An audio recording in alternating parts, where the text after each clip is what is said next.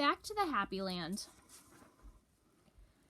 It was as if the house knew that they were coming back and was calling to them. As soon as they stopped and stepped out into the street, their feet seemed to know the way. All they had to do was let them lead. "What do we do when we get there?" Wendell wanted to know. "I mean, we only just escaped with our lives last time.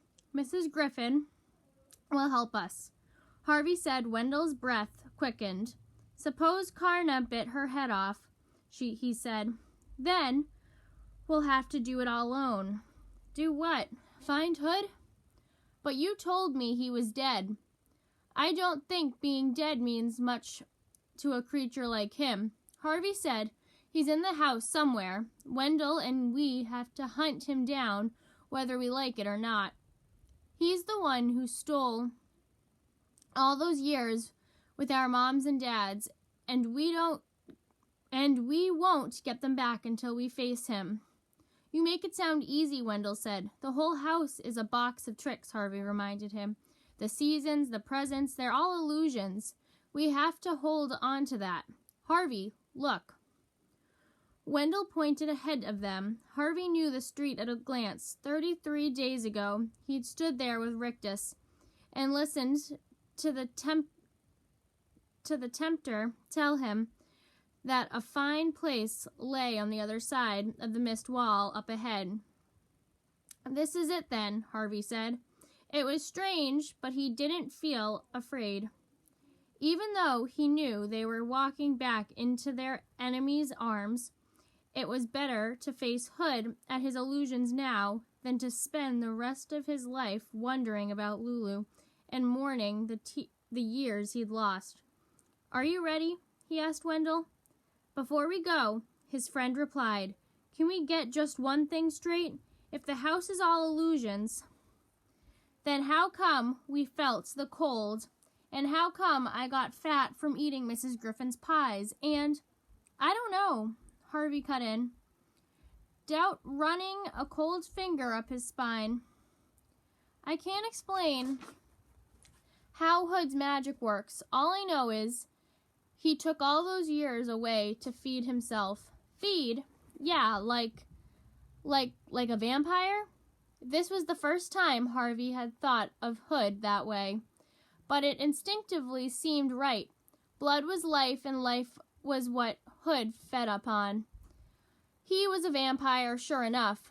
Maybe a king among vampires.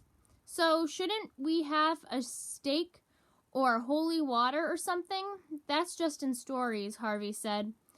"But if he comes after us, we fight?" "Fight with what?" Harvey shrugged. The truth was, he didn't know, but he was sure that crosses and prayers weren't going to be any use in the battle that lay ahead. "No more talk," he said to Wendell. "If you don't want to come, then don't."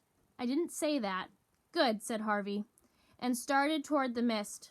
Wendell followed on his heels, and just as Harvey stepped into the wall, he snatched hold of his friend's sleeve, so that they entered as they had exited together. The mist closed around them like a waterlogged blanket, pressing so hard against their faces, Harvey half thought it intended to smother them, but it only wished to keep them from changing their minds. A moment later, a tremor moved through its folds and spat them out the other side. It was high summer in Hood's kingdom, the lazy season. The sun, which had been hidden by rain clouds on the other side of the mist, was beaming down on the house and all that prospered around it.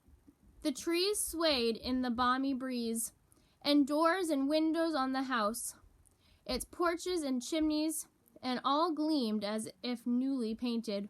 There were welcoming songs in the eaves, welcoming smells from the kitchen, welcoming laughter through the open door. Welcome, everywhere, welcome. "I'd forgotten," Wendell murmured. "Forgotten what?" "How beautiful it is." "Don't trust it," Harvey said. "It's all illusion, remember?" "All of it." Wendell didn't reply, but wandered away toward the trees. The honeyed breeze gusted around him, as if to pluck him up. He didn't resist, but went where it led him, into the dappled shade. "Wendell," Harvey said, following him across the lawn. "We've got to stick together. I'd forgotten about the treehouse," Wendell said dreamily, staring up into the canopy. "We had such fun up there, remember?" "No," said Harvey, determined not to let the past distract him from his mission here. "I don't remember." "Yes, you do," said Wendell, smiling from ear to ear. "We worked so hard up there. I'm going up to see how it looks." Harvey grabbed his arm. "No, you're not." "Yes, I am," he snapped back, wrenching his arm from Harvey's grip. "I can do whatever I want. You don't own me." Harvey could see by the glazed look on Wendell's eye that the house was already working its seductive magic. It could only be a matter of time, he knew, before his own powers of resistance were worn away. And what then? Would he forget his work here entirely and become an empty-headed boy, laughing like a loon while his soul was sucked away? "No," he said again. "I'm not going to let you do it." "Do what?" said Wendell. "We've got work to do," Harvey told him. "Who cares?" Wendell replied. "I do, and so did you 5 minutes ago. Remember what it did to us, Wendell?" The wind in the trees seemed to sigh at this. "Ah," it said, as if it now understood Harvey's purpose here, and would waft this intelligence to the ears of Mr. Hood. Harvey didn't care. In fact, he was pleased. "Go on," he said, as the gusts flew toward the house. Tell him. He turned on Wendell. "Are you coming?" he said, "or am I going to go in alone?" "I don't mind going in," Wendell said cheerily. "I'm hungry." Harvey stared hard at Wendell. "Don't you remember anything we said out there?" he demanded. "Of course I do," Wendell replied. "We said we were going to," he paused, frowning. "Going to? This place is stolen time that belonged to us, Wendell." "How did it do that?" said Wendell, still frowning deeply. "It's just, again he faltered, searching for the words. "Just such a perfect day." The frown began to fade again, and a broad smile replaced it. "Who cares?" Wendell said. "I mean, on a day like this, who cares? Let's just enjoy ourselves." Harvey shook his head. He was losing precious time here, which was exactly what Hood and the house wanted. Instead of wasting any further words on Wendell, he turned on his heel and headed toward the front door. "Wait for me," Wendell hollered. "Can you smell that pie?" Harvey could, and wished he put some food in his belly before he'd started out on this adventure. Knowing that these tantalizing smells were all part of Hood's repertoire wasn't enough to stop his mouth from watering or his stomach from grumbling.